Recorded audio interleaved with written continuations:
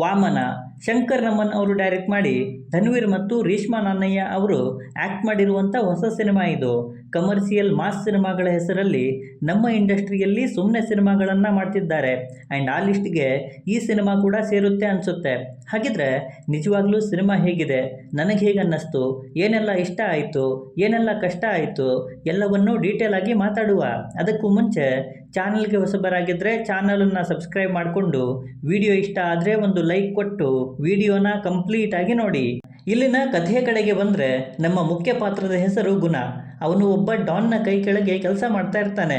So ಅವನಿಗೆ ಒಂದು flash back and ಸದ್ಯಕ್ಕೆ ಅವನಿರುವಂಥ ಸಿಚುವೇಶನ್ನಿಂದ ಮುಂದೆ ಏನಾಗುತ್ತೆ ಅನ್ನೋದೇ ಸಿನಿಮಾ. ಆ್ಯಂಡ್ ಅದನ್ನು ನೀವು ಸಿನಿಮಾದಲ್ಲೇ ನೋಡಬೇಕು. ಇಲ್ಲಿ ಪಾಸಿಟಿವ್ ಪಾಯಿಂಟ್ಸ್ ಅನ್ನೋದಕ್ಕಿಂತ ನನಗೆ ಇಷ್ಟ ಆಗಿರುವಂತಹ ಪಾಯಿಂಟ್ಸ್ ಅಂದರೆ ಮೊದಲನೇದಾಗಿ ಇಲ್ಲಿದ್ದ ಫ್ಯಾಮಿಲಿ ಎಮೋಷನ್ಸ್, ಅಪ್ಪ ಅಮ್ಮ, ಇನ್ನು ಅವುಗಳ ಸುತ್ತ ಕೆಲವು ಸೀಕ್ವೆನ್ಸಸ್ನ ತುಂಬಾ ಚೆನ್ನಾಗಿ ಬರ್ಕೊಂಡಿದ್ದಾರೆ ಆ್ಯಂಡ್ ಅವು ಕನೆಕ್ಟ್ ಕೂಡ ಆಗ್ತವೆ.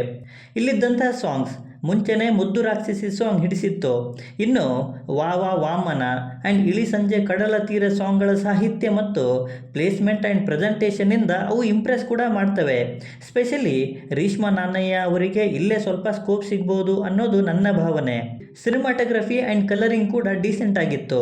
ಮಾಸ್ ಕಮರ್ಷಿಯಲ್ ಸಿನಿಮಾ ಅಂದಾಗ ಅಲ್ಲಿ ಬರುವಂಥ ಸೀಕ್ವೆನ್ಸಸ್ನ ಚೆನ್ನಾಗೇ ಸ್ಕ್ರೀನ್ ಮೇಲೆ ತರುವಂಥ ಪ್ರಯತ್ನ ಮಾಡಿದ್ದಾರೆ ಆ್ಯಂಡ್ ಅದಕ್ಕೂ ಕೂಡ ಒಂದು ಅಪ್ರಿಷಿಯೇಷನ್ ಬರಬೇಕು. ಬ್ಯಾಕ್ಗ್ರೌಂಡ್ ಸ್ಕೋರ್ ಕೆಲವು ಕಡೆ ಅದು ಸಿಂಕ್ ಆಗದೇ ಇದ್ದರೂ ಕೂಡ ಎಮೋಷ್ನಲ್ ಸೀಕ್ವೆನ್ಸಸ್ಸಲ್ಲಿ, ಸಾಂಗ್ಸಲ್ಲಿ ಇನ್ನೂ ಸಾಕಷ್ಟು ಕಡೆ ಸಿನಿಮಾನ ಎತ್ತಿ ಹಿಡಿದಿರೋದು ಬ್ಯಾಕ್ಗ್ರೌಂಡ್ ಸ್ಕೋರ್ ಅಂತಲೇ ಹೇಳ್ತೀನಿ. ಇನ್ನು ಪರ್ಫಾರ್ಮೆನ್ಸ್ ವಿಷಯದಲ್ಲಿ ಧನ್ವೀರ್ ಅವರು ಕೆಲವು ಕಡೆ ಚೆನ್ನಾಗಿ ಪರ್ಫಾರ್ಮೆನ್ಸನ್ನು ಕೊಟ್ಟಿದ್ದಾರೆ. ಬಟ್ ಇನ್ನೂ ಕೆಲವು ಕಡೆ ಎಮೋಷ್ನಲ್ ಸೀಕ್ವೆನ್ಸಸ್ಸಲ್ಲಿ ಇನ್ನಷ್ಟು ಬೆಟರ್ ಆಗಬೇಕು ಅನಿಸುತ್ತೆ. ಸಂಪತ್ ರಾಜ್ ಅವರ ಕ್ಯಾರೆಕ್ಟರ್ ಇಂಪ್ರೆಸ್ ಮಾಡುತ್ತೆ. ಅವರ ಕ್ಯಾರೆಕ್ಟರ್ ಬರ್ಕೊಂಡಿರೋದು, ಇವನ್ ಸಂಪತ್ ರಾಜ್ ಅವರು ಅದನ್ನು ನಿಭಾಯಿಸಿರೋದು ಕೂಡ ಖುಷಿ ಕೊಡ್ತು. ಇನ್ನುಳಿದವರು ಕೂಡ ತಮ್ಮ ಪಾತ್ರಗಳನ್ನು ಎಷ್ಟು ಬೇಕೋ ಅಷ್ಟೇ ಚೆನ್ನಾಗಿ ನಿಭಾಯಿಸಿದ್ದಾರೆ. ಇನ್ನು negatives, presentation and screen play ತುಂಬಾ ದರಿದ್ರವಾಗಿತ್ತು ಗುರು. ಅದಕ್ಕೆ ಪುವರ್ ರೈಟಿಂಗ್ ಕಾರಣ ಅಂತ ಹೇಳ್ಬೋದು. ಈಗ ಟ್ರೆಂಡ್ ಬದಲಾಗಿದೆ, ಜನ ಚೇಂಜ್ ಕೇಳ್ತಾರೆ ಅನ್ನೋದು ಗೊತ್ತಿದ್ರೂ ಕೂಡ ಮತ್ತದೇ ಹಳೆ ಸ್ಟೈಲಲ್ಲಿ ಪ್ರೆಸೆಂಟೇಷನ್ ಕೊಟ್ಟಿರೋದು ತುಂಬಾ ಕಷ್ಟ ಕೊಡುತ್ತೆ. ಡೈಲಾಗ್ಸ್ ರುಟೀನ್ ಆಗಿದ್ದಾವೆ ಅನ್ನೋದಕ್ಕಿಂತ ಸುಮ್ಮನೆ ಎಲ್ಲಿ ಬೇಕೋ ಅಲ್ಲಿ ಹೇಗೆ ಬೇಕೋ ಹಾಗೆ ಬಳಸಿದ್ದಾರೆ. ಕೆಲವೊಂದು ಕಡೆ ಲಿಟ್ರಲಿ ಅವು ಇರಿಟೇಟ್ ಕೂಡ ಮಾಡ್ತವೆ.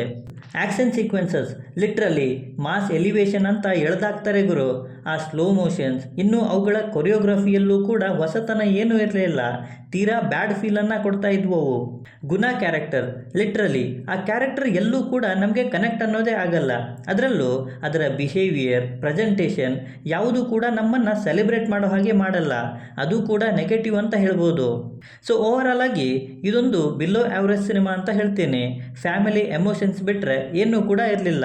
ಸೊ ಧನ್ವೀರ್ ಅವರ ಸಿನಿಮಾಗಳನ್ನು ನೋಡಬೇಕು ಅಂದ್ಕೊಂಡಿರೋರು ನೀವಾಗಿದ್ದರೆ ಥಿಯೇಟ್ರಿಗೆ ಹೋಗಿ ಈ ಸಿನಿಮಾನ ನೋಡ್ಬೋದು.